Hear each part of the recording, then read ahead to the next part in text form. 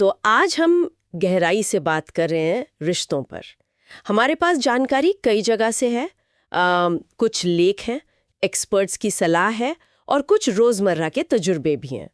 समझने की कोशिश ये है कि जो रिश्ते लंबे चलते हैं, गहरे होते हैं, मजबूत होते हैं, उनमें क्या खास बात होती है। क्योंकि देखिए, प्यार में पढ़ना शायद एक बात है, हाँ, पर उसे निभाए रखना वो असली चुनौती है, जैसा कई स्रोत कहते हैं। बिल्कुल। और ये सच है कि समय के साथ ना रिश्तों में कभी कभी ठहराव सा आ जाता है, या शायद दूरियां भी।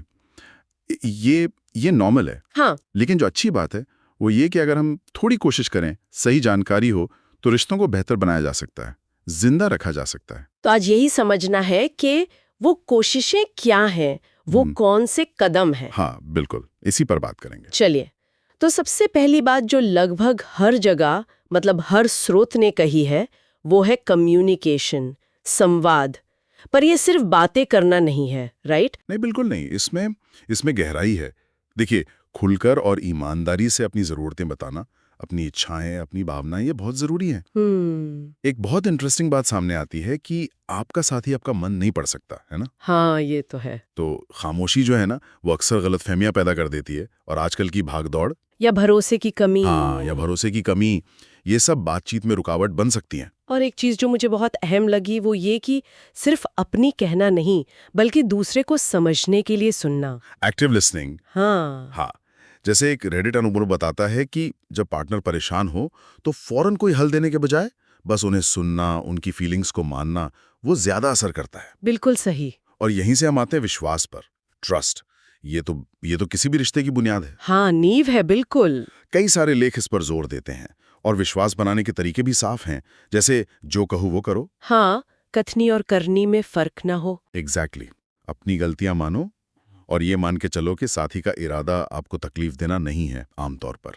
और एक स्रोत ये भी कहता है कि असुरक्षा से बचने के लिए एक दूसरे को जानने में वक्त लगाएं, हाँ। पुरानी बातों को पकड़कर ना बैठें, और वो जासूसी वाली आदत, ओह हाँ, वो तो बिल्कुल नहीं। उससे बचें।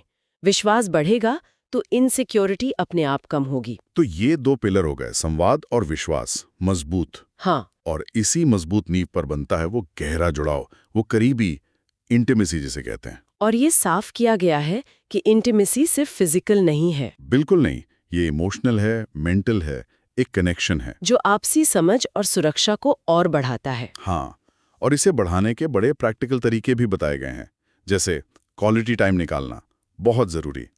चाहे वो साथ में कोई फिल्म देखना हो, या डेट नाइट पर जाना। हाँ, या डेट पर जाना हो, या बस बैठकर भविष्य की बातें करना। हाँ, और एक सूत्र कहता है कि रोजमर्रा के जो छोटे छोटे अच्छे पल होते हैं ना, उन्हें सराहें, वो बहुत मायने रखते हैं।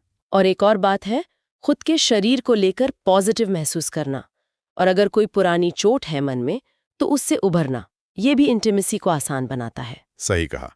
अब एक और बहुत बहुत जरूरी चीज, सीमाएं, बाउंड्रीज। हाँ, ये आजकल काफी सुनने में आता है।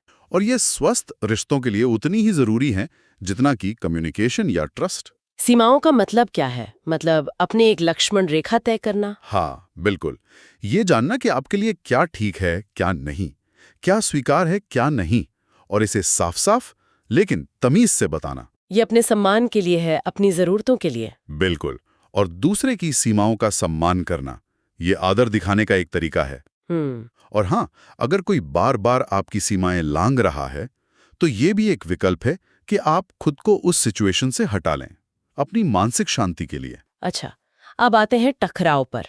झगड़े, ये तो होते ही हैं। हाँ, ये तो होंगे ही, नॉर्मल है। जरूरी ये है कि सुलझाएं कैसे जाएं। कोशिश ये होनी चाहिए कि झगड़ा जल्दी सुलझे, और क्रिटिसाइज करने के बजाय क्यूरियोसिटी रखें, समझने की कोशिश करें कि दूसरा ऐसा क्यों सोच रहा है। माफी मांगना और माफ कर देना, ये भी रिश्ते को मजबूत रखता है। बिल्कुल।